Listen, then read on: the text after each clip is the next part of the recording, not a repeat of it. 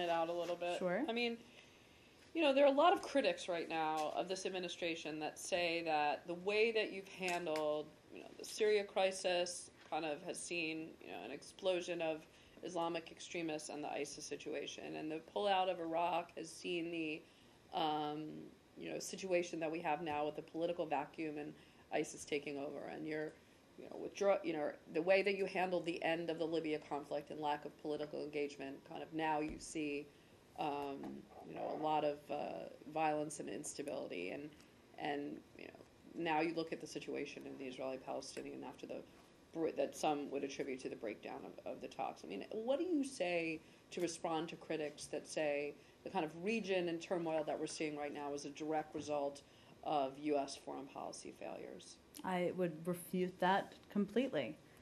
There have been a range of factors happening in the Middle East and other parts of the world as well, including the growth of some extremist groups. You've seen the proposal the president's put on the table, putting a counterterrorism fund in place, $5 billion to try to address the threats from where we face them. The United States has never been more engaged in more places in the world than it is today.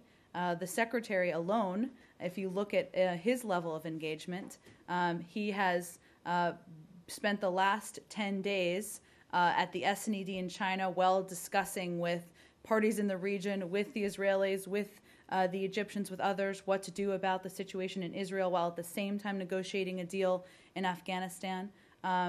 This is not an administration or a secretary that rests. The fact is there are a range of factors happening in the world that are not caused by the United States, but the United States remains engaged in because we care about the stability in the region as well. Well, I mean, you're talking about all the stuff that Secretary Kerry did, and that's absolutely, true. But where are the other top foreign policy advisors in this administration? And there was a recent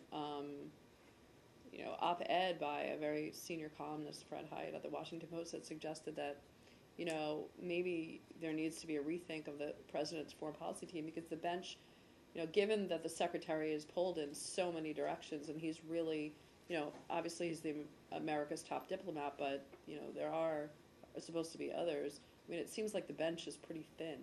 I would disagree with that, Elise. I think what's important to remember is the role that the secretary plays, that traditionally any secretary of state plays. Well, it seems that he's stretched a lot more than most secretaries. The role any secretary plays is to be on the front lines of diplomacy and to be the person negotiating and reporting back. Obviously, the president makes the final decisions about whether everything from military engagement to whether negotiations will continue in Iran with Iran from the United States perspective.